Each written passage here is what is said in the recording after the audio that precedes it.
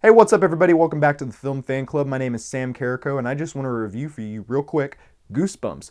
Goosebumps stars Jack Black and some child actors that I'm not very particularly fond of, and I think Amy Ryan from Birdman and The Office makes an appearance in this film as the vice principal of the high school and the mom of one of our leads. But that's a tangent already. So what is Goosebumps about? Goosebumps is based on all the books by R.L. Stine, except it is kind of an amalgamation of all the books. It incorporates all the characters, all the different monsters and everything, and it creates a fictionalized version of R.L. Stine himself, which is what Jack Black plays in the film.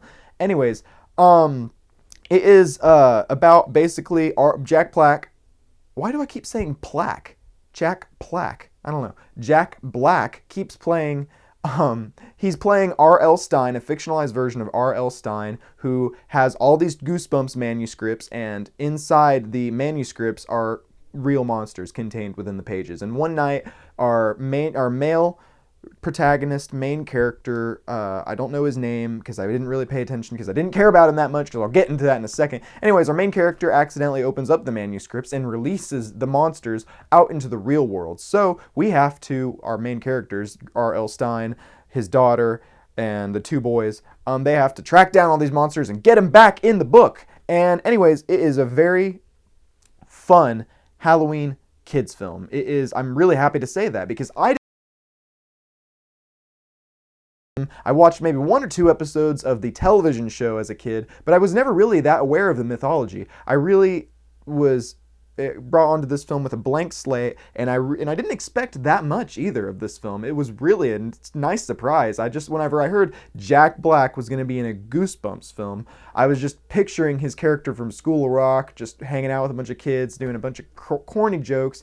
And that's not what he's playing. Jack Black is not playing to type in this film. He's playing R.L. Stine, who's this weird recluse kind of character who's not like Jack Black in any of his previous films. It's not Nacho Libre, it's not School of Rock, it's different and it's nice. I really found that refreshing, guys. I know that's a weird thing to get so excited over, but that's cool. It's like if Adam Sandler actually tried to play a different... Could you imagine if Adam Sandler tried to be in a movie like this where he played a character that's not Adam Sandler? That'd be so cool. I hate Adam Sandler. But yeah, it was really good. Jack Black was probably one of the best parts of this film. I really enjoyed his interpretation of R.L. Stine, the fictitious, the fictionalized version of the real author of the Goosebumps novels. He has a daughter who's a very charming young actress who I cannot remember the name of because I'm just not good with child actors. They're not very memorable for me, but she did a serviceable job in this film. But then we are brought to our other two leads, the actual protagonist of the film, who's this young guy who is moving to this new city in Delaware, and he has a dead dad, and I just don't care about him. He's really annoying. There's a couple moments in the first act where it's like, and he has a couple jokes, and it's like kind of funny. I enjoy the relationship between him and his mom, who's the vice principal of the high school, is probably the best aspect of his character. But it's just not enough to save it. Every time he spoke, I was just like, all right, let's get back to R.L. Stine, let's get back to his daughter, let's get back to that storyline. And because there's actually a really nice storyline there with R.L. Stine and his daughter that the young male protagonist gets caught up in, and he's all right. He's not that serviceable. Well, I mean, he's serviceable. He's not enough to detract you from the film. He's just kind of annoying sometimes. I didn't really care about him, but he wasn't nearly as annoying as his best friend in the film, who's this dorky...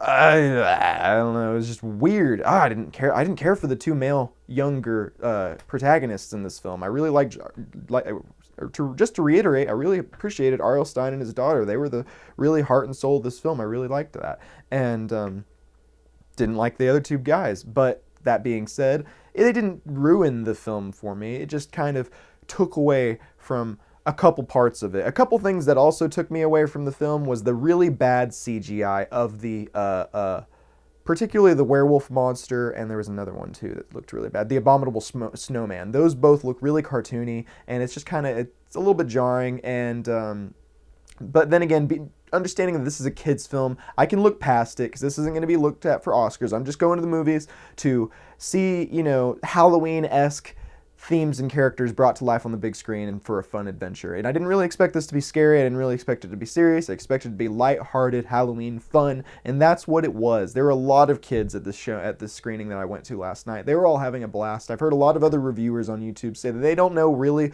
who this film is for. I think it's for kids. Kids can have a great time with this. Adults, I'm 19, so I don't know how different my opinion is from like a 30-year-old's opinion, but I think you can take your kids to it and you'll have some fun with it too, especially if you grew up reading the Goosebumps novels, which I think a lot of young adults now have. Talking like 20s and whatnot. But anyways, guys, I give Goosebumps, I think I gave Goosebumps a 7.5 out of 10. I really enjoyed this film, and like I said, it has a kind of a weak first act getting started off, but I did this film with a double feature of Crimson Peak, and oh my god, the beginning to Crimson Peak is so much slower than the beginning to Goosebumps. So I really, it kind of like makes me like, thank God, this is just a film that's 1 hour, 45 minutes long. It's nice, right under 2 hour action, or not action, but adventure film. And it really gets going. Once it gets going, it gets going. As soon as that first book opens, The Abominable Snowman comes out, we're on our way onto a fun film. So I really had a good time with this, and I think you will too. So I would recommend go seeing it if you're looking for a fun Halloween film.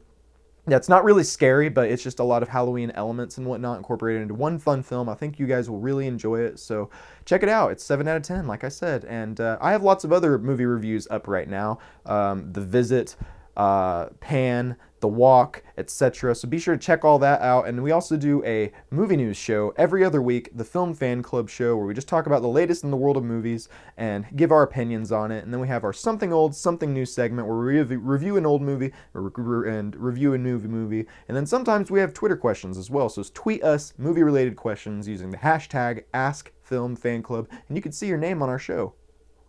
Anyways, guys, be sure to subscribe to this channel and like our Facebook page, facebook.com/The Film Fan Club. I'm almost done plugging shit, I promise. And then follow me on the various social media sites at Samuel D. Carrico.